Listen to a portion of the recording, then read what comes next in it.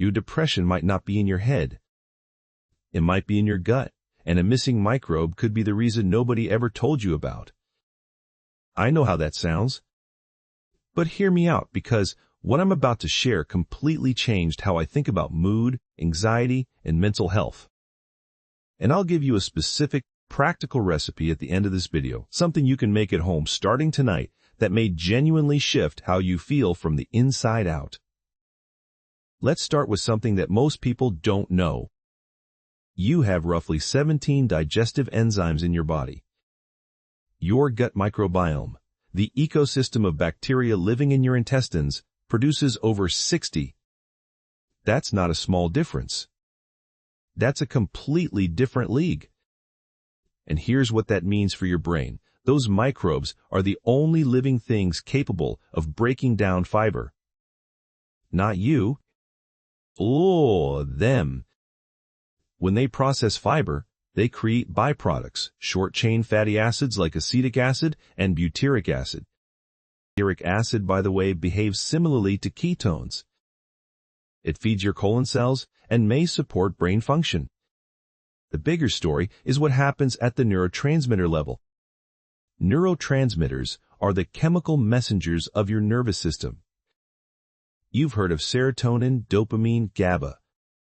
What you probably haven't been told is that approximately 90% of your body's serotonin is produced in your gut, not your brain. Let that land for a second. The chemical most associated with happiness, calm, and emotional stability is primarily manufactured in your digestive system. And there's a direct line connecting the two. It's called the vagus nerve, a two-way highway running between your gut and your brain. Well, two-way. That means a disrupted gut can directly trigger depression and anxiety. But it also means ongoing stress and anxiety can physically damage your microbiome. It's a loop. A vicious one for some people. And once you understand that loop, the question changes from, what's wrong with my mind? To what's happening in my gut. Now here's where it gets complicated, and also more hopeful. Your gut is not a war zone. Most of what lives there is on your side. The good bacteria form a kind of protective layer along your gut wall, keeping the less friendly species in check. They break down toxins, they metabolize medications differently than your liver does, and they convert certain antioxidants in your food into compounds your body can actually use. It's a highly functional system until we start disrupting it. Every single one of those chips away at your microbial diversity. And when the population of good bacteria drops, the balance tips. The bad actors stop being kept in check. And some of them do something particularly damaging. They migrate upward. Your large intestine normally hosts the bulk of your gut bacteria. Your small intestine is supposed to be relatively quiet, low in bacteria, focused on absorbing nutrients. But when harmful species climb up those 20 to 23 feet of small intestine, they compete for nutrients. You develop deficiencies. Inflammation rises. Your gut lining becomes permeable, what's sometimes called leaky gut. Food sensitivities develop. The body starts reacting to things it used to tolerate. And the downstream effects on mood, energy, and mental clarity can be significant. This condition has a clinical name, SIBO, small intestinal bacterial overgrowth. And according to some researchers, it may be one of the most underdiagnosed drivers of systemic health problems today. So what can you actually do about it? This is where the recipe comes in. And it's not what you'd expect. A cardiologist and best-selling author, known for writing about the connection between grain consumption and health, spent years researching the microbiome after noticing something. Even when patients improved dramatically on a clean diet, some residual problems remained. Mild inflammation, occasional mood issues, sleep that wasn't quite right. He suspected something was still missing. So he started looking at specific microbial species. He landed on one that had been studied quite extensively, Lactobacillus reuteri. The research around this particular strain is notable. Several studies have connected it to reductions in depression symptoms. There are also reports that it may help counteract certain side effects of long-term antidepressant use. That doesn't mean it replaces anything, but the mechanism behind those effects is genuinely interesting. Here's why this microbe is different from a standard probiotic. It doesn't just survive in the colon. It colonizes the small intestine, all 24 feet of it. And once it's there, it produces what are called bacteriocins, natural antimicrobial compounds that specifically target the harmful bacteria that have overgrown in the wrong place. It doesn't touch the good microbes, just the bad.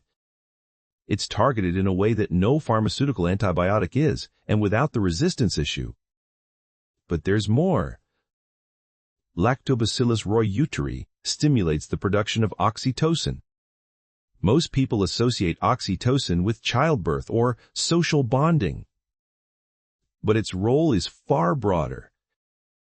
Oxytocin actively counteracts cortisol, the stress hormone at the core of anxiety and chronic tension.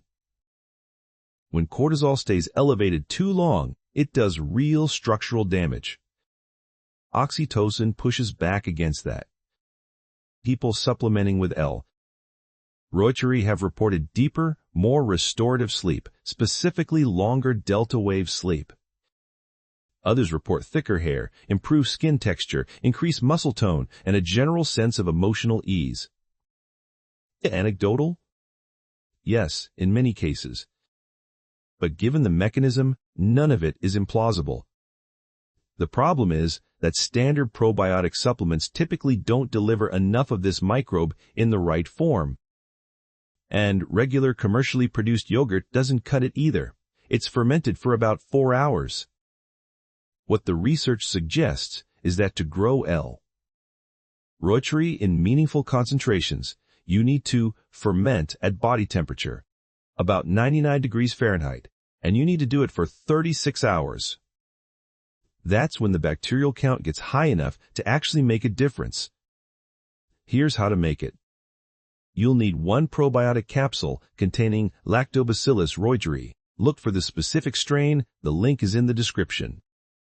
You'll also need 1 tablespoon of inulin, a prebiotic fiber that feeds the bacteria and helps them multiply, and 1 quart of organic half-and-half dairy. Open the capsule and mix the contents with the inulin and about 2 tablespoons of the half-and-half until you have a smooth paste. Then slowly add the rest of the dairy and mix it well. Pour the mixture into 2 small containers, evenly distributed. Place them in a yogurt maker. Add water to the surrounding bath until it reaches the level of the mixture inside the containers. Set the temperature to 99 degrees Fahrenheit. Set the timer to 36 hours. Then walk away. After 36 hours, transfer the containers to the refrigerator. Let them cool for a couple of hours. What you'll find is a thick, rich, surprisingly delicious product. Half a cup per day is the recommended amount. Many people find taking it before bed supports their sleep. You can add berries, a small amount of sweetener if needed. Most people find it pleasant on its own. Now, what happens inside your body over time? As Reuteri reestablishes itself in your small intestine, it starts competing with the overgrown fecal bacteria. Breath hydrogen levels, a marker used to measure bacterial overgrowth, have been shown to normalize. People breaking through weight loss plateaus, seeing blood sugar improvements, noticing mental clarity they hadn't felt in years. Not everyone gets every effect. But the reports across large numbers of people following this protocol are consistent enough to take seriously. There's also something worth noting at a broader level. The strain we're discussing tends to decline with age. Modern life, with its antibiotics, processed food, and chronic stress, accelerates that decline. Most adults over 40 have significantly less of it than their grandparents did. Some researchers believe this depletion is a major, underappreciated contributor to the modern epidemic of depression, anxiety, social disconnection, and cognitive decline. So here's what I want you to take away from today. Your mood is not just a product of your thoughts or your circumstances. It's also a product of what lives in your gut and what those organisms are producing or failing to produce.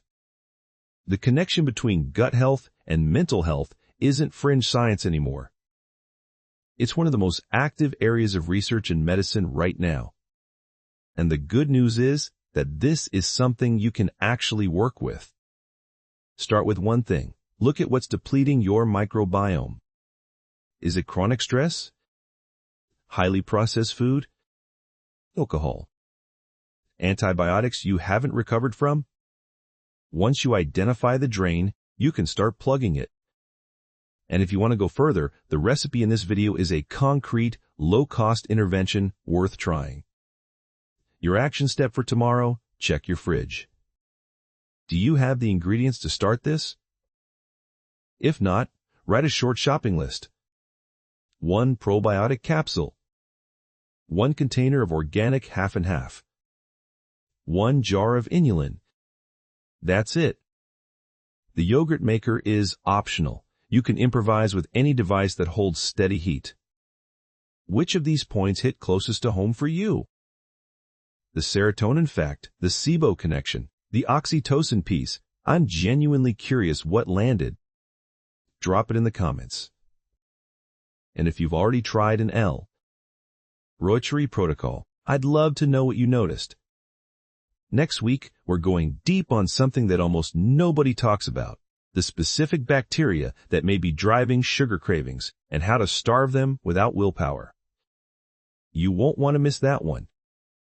If this kind of content is useful to you, subscribing helps me keep making it. Not for the algorithm, but because the more people who have access to this information, the better. Everything shared here is based on current research and personal exploration. It's not a substitute for working with a qualified healthcare provider, especially if you're managing depression or other conditions with professional support. But it is information worth having.